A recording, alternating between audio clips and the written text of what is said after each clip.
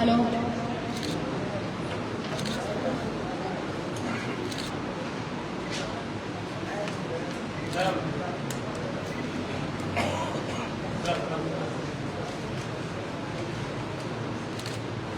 معزز صافی حضرات، آج ہم ایک اہم مسئلے کو لے کر آپ کے سامنے حاضر ہیں۔ بلوچ اقلیتی کمیٹی نے 28 جولائی کو گوادر میں ایک قومی اجتماع بلوچ راجی مچھی کا انعقاد کرنے کا اعلان کیا ہے۔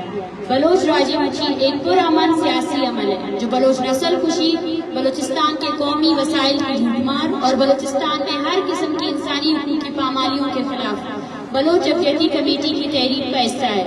بلوچ اقلیتی کمیٹی شروع دن سے ایک پرامن سیاسی تنظیم رہی ہے۔ لانگ مارچ سے لے کر ہمارے تمام سیاسی عمل انتہائی پرامن اور نظم و ضبط کے تحت رہے ہیں۔ گزشتہ ایک مہینے سے پورے بلوچستان میں ایک راجی مچھی کی تیاریاں انتہائی منظم طریقے سے جاری ہیں، اور اس دوران بلوچ اقلیتی کمیٹی کی جانب سے کوئی بھی ایسا عمل نہیں کیا گیا جو آئین و قانون کے خلاف ہو۔ لیکن گزشتہ ایک ہفتے سے ریاست پاکستان نے اپنی پوری طاقت بلوچ راجی مچھی کو روکنے کے لیے لگا دی ہے۔ سب سے پہلے میں آپ کے سامنے بلوچ راجی مچھی کے خلاف استعمال ہونے والے ریاستی طاقت اور بربریت کے تفصیلات شیئر کروں گی۔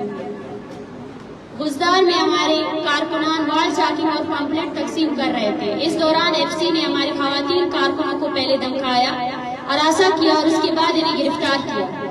تقریباً 3 سے 4 گھنٹے خواتین ایف سی کی غیر قانونی حراست میں تھی، پھر شدید عوامی رد عمل کے سامنے بے بس ہو کر انہیں رہا کیا گیا۔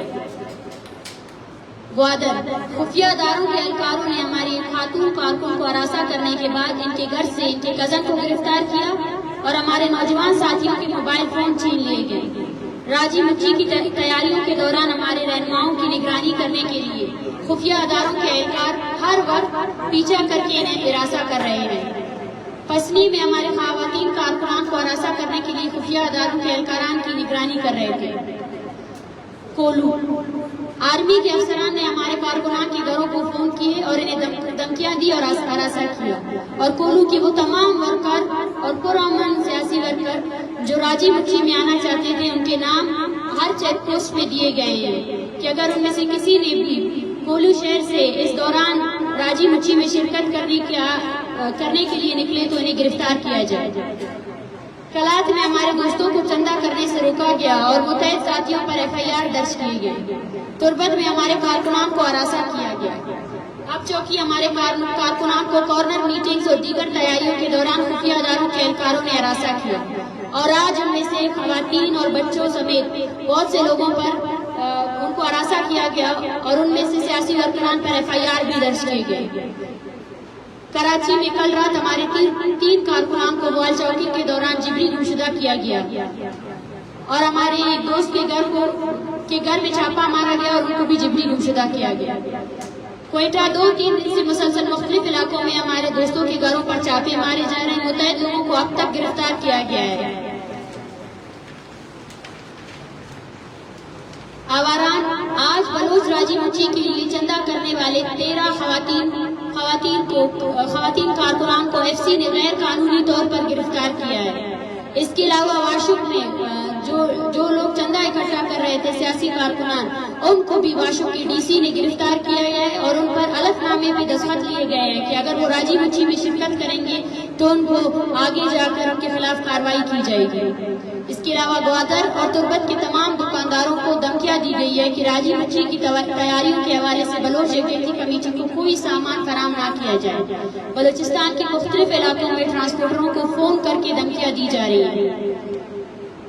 معزز صافی حضرات، ہم اس پریس کانفرنس کے توسط سے اس پیغام کو ریاست تک پہنچانا چاہتے ہیں کہ ریاست اور ریاستی اداروں کو چلانا ذمہ دار، لائق اور قابل لوگوں کا کام ہوتا ہے، جس کی متعدد مثالیں دنیا کی کامیاب ریاستوں کی صورت میں موجود ہیں۔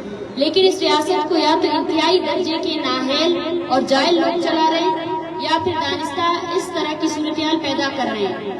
دونوں صورتوں میں ایک ریاست کو اس طرح نہیں چلایا جا سکتا۔ اس طرح تو ایک ہوٹل کو بھی نہیں چلایا جا سکتا جس طرح یہ لوگ ایک ریاست چلانے کی کوشش کر رہے ہیں۔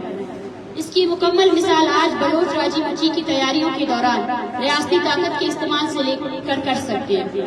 بلوچ یکجہتی کمیٹی ایک پرامن سیاسی تنظیم ہے اور بلوچ راجی مچی ایک پرامن سیاسی اجتماع ہے جس کی اجازت خود اس ریاست کا آئین اور قانون فراہم کرتا ہے۔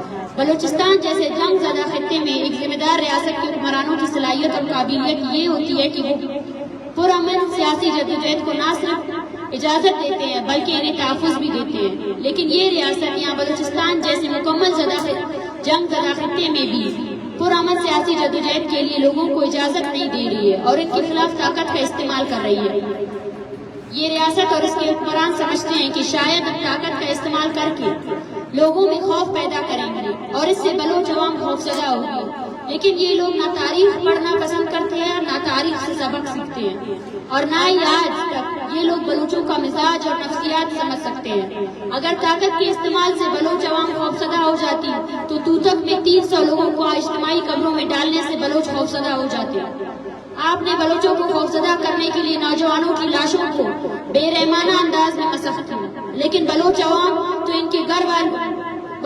کو تو چھوڑے ان کے گھر والے بھی خوفزدہ نہیں ہوئے۔ اس کے برعکس ان میں نفرت اور غصہ مزید بڑھ گیا۔ آپ نے ہزاروں سیاسی کارکنان اور عام بلوچ نوجوانوں کو جبری طور پر گمشدہ کیا۔ کیا اس سے کوئی بلوچ خوفزدہ ہوا؟ کیا کوئی بلوچ خاموش ہے؟ نہیں، بلکہ ان کی نفرت نے مزید شدت اختیار کی ہے۔ ان 70 سالوں میں ہر ایک بلوچ کے خلاف آپ نے طاقت کا استعمال کیا۔ وہ بلوچ دوبارہ کبھی خاموش نہیں رہا اور آگے بھی نہیں رہے گا۔ معلوم ہے اس کی وجوہات کیا ہے؟ اس کی وجوہات ہماری تاریخ ہے، ہماری روایات ہیں۔ ہم آج تک اپنے بچوں کو 500 سال قبل کے بلوچ ہیروز امل جیم، میر کمبر، بالاچ بیرگر کے قصے اور کہانیاں سناتے ہیں۔ ہماری تربیت اور پرورش ہماری تاریخ اور ہماری ماضی کا اہم کردار ہے، جبکہ آپ نے ان چیزوں کو سمجھ نہیں سکتے اور نہ ہی آپ کو ان چیزوں کا اندازہ ہے۔ اس لیے جتنے بھی بچگانہ عمل سر انجام دے رہے ہو، یہ تمام عمل آپ کے خلاف، اپنے خلاف جا رہے ہیں۔ آپ تشدد اور طاقت کے استعمال سے بلوچوں کو خوفزدہ کرنے کی کوشش کر رہے ہیں، لیکن بلوچ زیادہ منظم اور مضبوط ہو رہے ہیں۔ بلوچوں میں آپ کے خلاف نفرت مزید بڑھ چکی ہے۔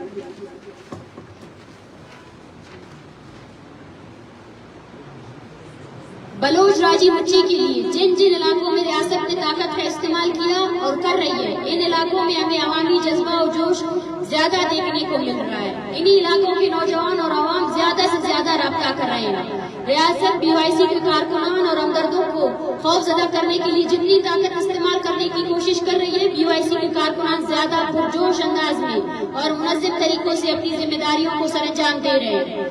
شاید ریاست سمجھتی ہے کہ جس طرح وہ پنجاب کی سیاسی پارٹیوں کو طاقت اور تشدد کے استعمال سے خوفزدہ کر سکتی ہے، انہیں روک سکتی ہے، اسی طرح بلوچستان میں بھی کر سکتی ہے۔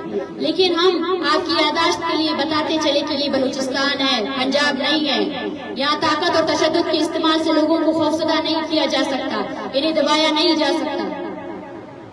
یہ ہماری روایات ہی نہیں ہے کہ ہم طاقت کے سامنے دب جائیں یا اپنا سر نیچا رکھیں۔ ہمارے سر کٹ سکتے ہیں لیکن جھک نہیں سکتے۔ یہی ہماری کلچر ہے اور یہی ہماری سیاسی تربیت کا حصہ بھی ہے۔ ابھی آپ پر منحصر کرتا ہے کہ آپ اپنی بچگانہ حرکتوں کو چھوڑ کر ایک ذمہ دار ریاست کا ثبوت دیں گے یا اسی طرح اپنے بچگانہ اور غیر ذمہ دارانہ حرکتوں کو برقرار رکھیں گے۔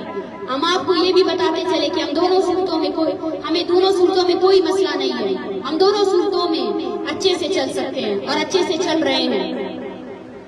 معزز صحافی حضرات، ہم اس پریس کانفرنس کی توجہ سے بلوچ عوام کو متوجہ کرنا چاہتے ہیں کہ جس طرح سے آپ بلوچ راجی مچی کے لیے بلوچ یکجہتی کمیٹی کا مدد و تعاون کر رہے ہیں، اب سے بھی زیادہ کریں اور اب آپ پر راجی مچی کی کامیابیوں کے لیے ذمہ داریاں دگنا بڑھ گئی ہیں۔ جس طرح سے ریاست ٹرانسپورٹ والوں کو دھمکیاں دے رہی ہیں، آپ ریاست کے اس عمل کے خلاف احتجاجاً اپنے پرائیویٹ اور پبلک ٹرانسپورٹرز کو راجی مچی کے لیے لے کر آئیں اور یہ ثابت کریں کہ ہم طاقت اور دھمکیوں سے دبنے والی قوم نہیں ہے۔